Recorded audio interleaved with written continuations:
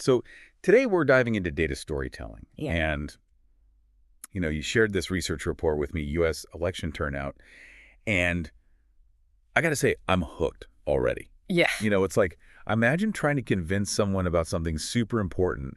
Would you just bombard them with facts and figures? Probably not a good story. Always works better, right? Exactly. Yeah. Something that grabs their attention and makes those dry facts come alive. Yeah. And that's what's so cool about this report. It's not just about voter trends. It's about how researchers use data, Right. even Python, to weave a story about what's going on with youth voter turnout. I'm seeing some pretty surprising stuff here, especially about the 2020 election. Yeah, the 2020 election was a bit of an outlier, wasn't it? Totally. The report dives right into that, asking how turnout has changed, especially for young people in different groups. Right. And they're looking at this through the lens of state-level data. Yeah. Which I think is super smart. But before we get into those specifics, I'm curious, why is this research question so important? Well, think about it. Young people are the future, right? Understanding their voting patterns, what motivates them, what barriers they face. That's crucial for any democracy. Yeah. And this isn't just about politics. It's relevant to anyone who wants to understand how and why people engage or don't in things that matter. Whether you're a student, an entrepreneur, or just someone who's paying attention to the world, these insights can be really valuable. Okay, that makes total sense. So one of the first things that jumped out at me was the fact that historically, youth voter turnout has been pretty low. Right. But then, bam, 2020 hits, and we see this massive surge. Yeah. The report says it reached 50%. Wow. What happened? Did they suddenly discover the power of voting?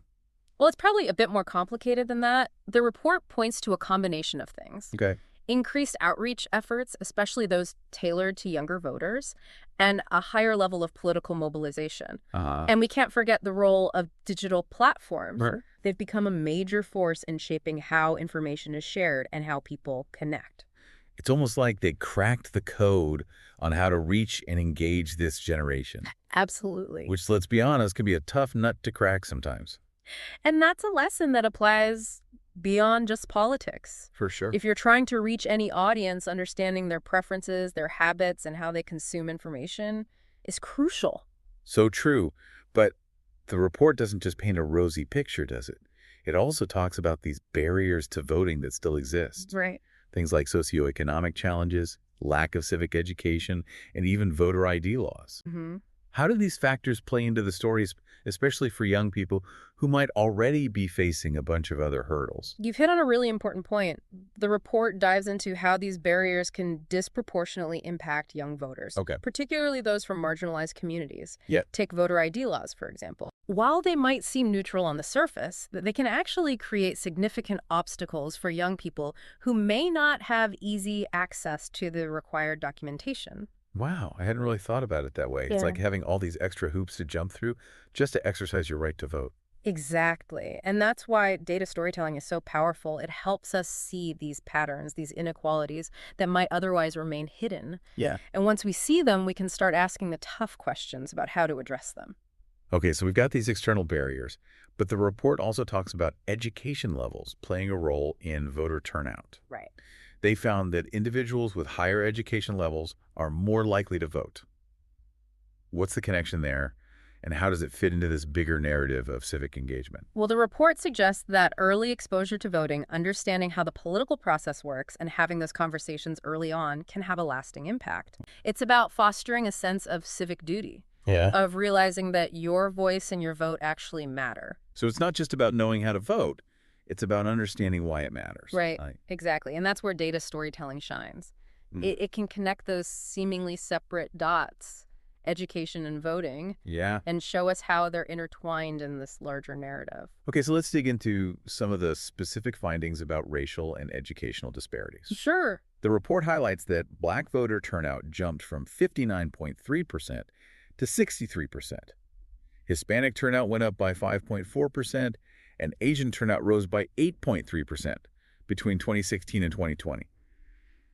Those are some pretty impressive increases, wouldn't you say? Absolutely, and that's where disaggregating the data, breaking it down by specific groups really pays off. Okay. It allows us to see these trends that might be masked if we just looked at the overall numbers. Like zooming in on specific areas of a map to get a clearer picture of what's happening on the ground, right? Exactly. And what these numbers suggest is that targeted campaigns and increased political awareness within these communities likely played a role in those positive shifts. Mm. It's about meeting people where they are and speaking to their specific concerns and aspirations.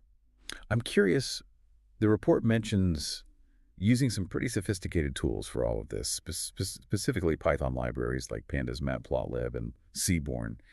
Can you break those down for us non-data wizards? Sure. What do they do, and why are they so crucial for data storytelling? Think of it like this. Pandas is like a super organized chef prepping all the ingredients, the raw data cleaning and organizing everything. Okay. Then Matplotlib and Seaborn come in as the master chefs, plating the dish in a way that's visually appealing and easy to digest. They help transform those numbers into charts and graphs that tell a story. So it's about taking those raw ingredients, the data, and transforming them into something that's both informative and visually engaging, kind of like turning data into a delicious meal. Exactly. And that's a skill that's valuable across so many fields, whether you're analyzing sales data, tracking social media engagement, or even trying to understand your personal finances. The ability to tell a story with data is incredibly powerful. Okay, so before we move on, let's distill this down to the key takeaways. What are the big aha moments from this report that our listeners should really walk away with? Well, the report makes a strong case that youth voter turnout is on the rise, likely driven by increased civic awareness and more effective outreach strategies. Uh-huh. We're also seeing a narrowing of racial disparities, though those gaps still exist, highlighting the need for continued focus on equity and access. And finally, education levels remain a significant factor, underscoring the importance of early and sustained civic education. And it also goes back to the power of data storytelling, right? It's not just about presenting numbers. It's about crafting a narrative that informs, persuades, and inspires action. It really highlights how we can use data to shed light on important issues, start conversations, and hopefully inspire positive change. That's what I love about this kind of deep dive. It's not just an academic exercise. It's a real-world example of how we can use data to understand something as complex as voter turnout and maybe even find ways to make things better. It really is. Yeah, and one thing that struck me was that the report focuses mainly on the U.S. Yeah, for sure. But, it made me wonder, do you think these trends and insights could apply to other countries too? That's a really good question. I think it's definitely worth exploring. I mean, Yeah. you think about the factors driving youth voter turnout, in a brand new democracy compared to one that's been around for centuries. Right. It's fascinating to consider how those dynamics might play out. Right, or how the impact of social media and digital platforms on voting might differ in places with limited internet access. Those are great points. Yeah, this research opens up so many questions about how voter turnout patterns might change across different political systems, cultures, and even generations. And that's what's exciting about data storytelling. We can take these methodologies and apply them to all sorts of issues, not just politics, healthcare education, Yeah. climate change. The possibilities are endless. Exactly. It's like a universal language that helps us make sense of the world no matter what the topic is. Speaking of which, let's circle back to those Python libraries we touched on earlier. Yeah. Pandas, Matplotlib, Seaborn. They might sound a bit intimidating to folks who aren't data experts. Sure.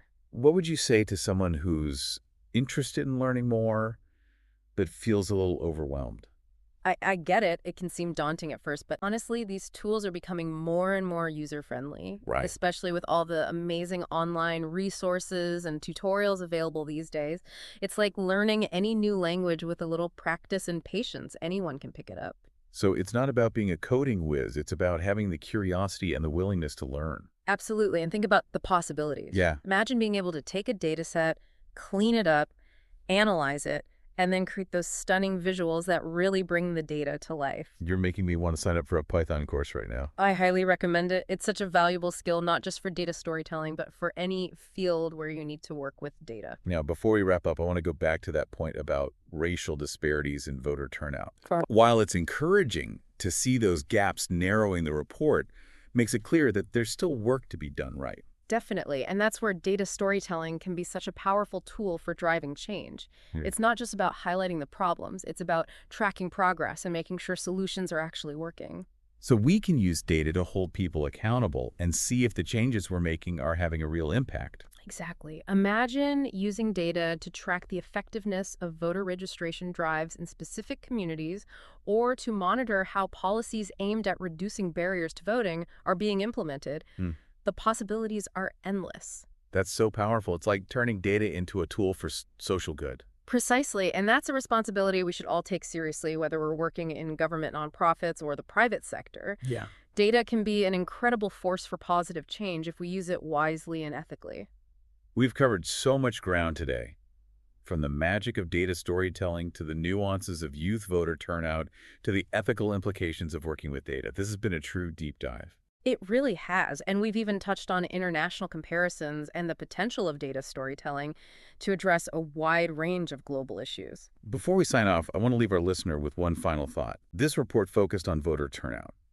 But as we've discussed, the principles of data storytelling are incredibly versatile. Right. Think about the issues that matter most to you, whether it's climate change, healthcare education, or social justice. Yeah.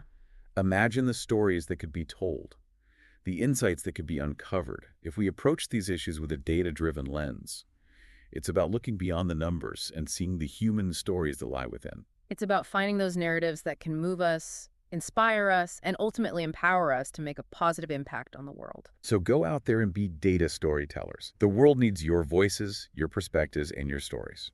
That's it for our deep dive into the world of data storytelling. Thanks for joining us. And that's what makes data storytelling so powerful. It's not just about presenting facts and figures. It's about connecting with people on a human level, sparking conversations, and inspiring change. You know, it's funny, we often think of data as cold and impersonal, but when you really dive in, you realize it's all about people, their lives, their experiences, their choices. It's all reflected in the data.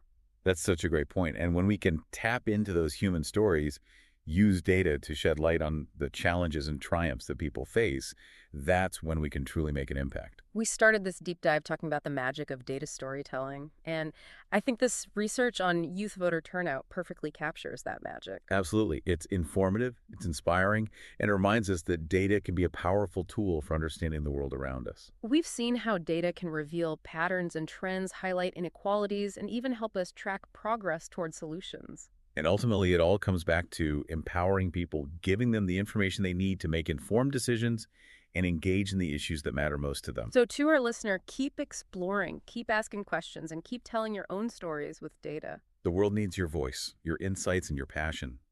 Who knows, you might just spark the next big idea or movement. That's it for our deep dive into the world of data storytelling. Thanks for joining us.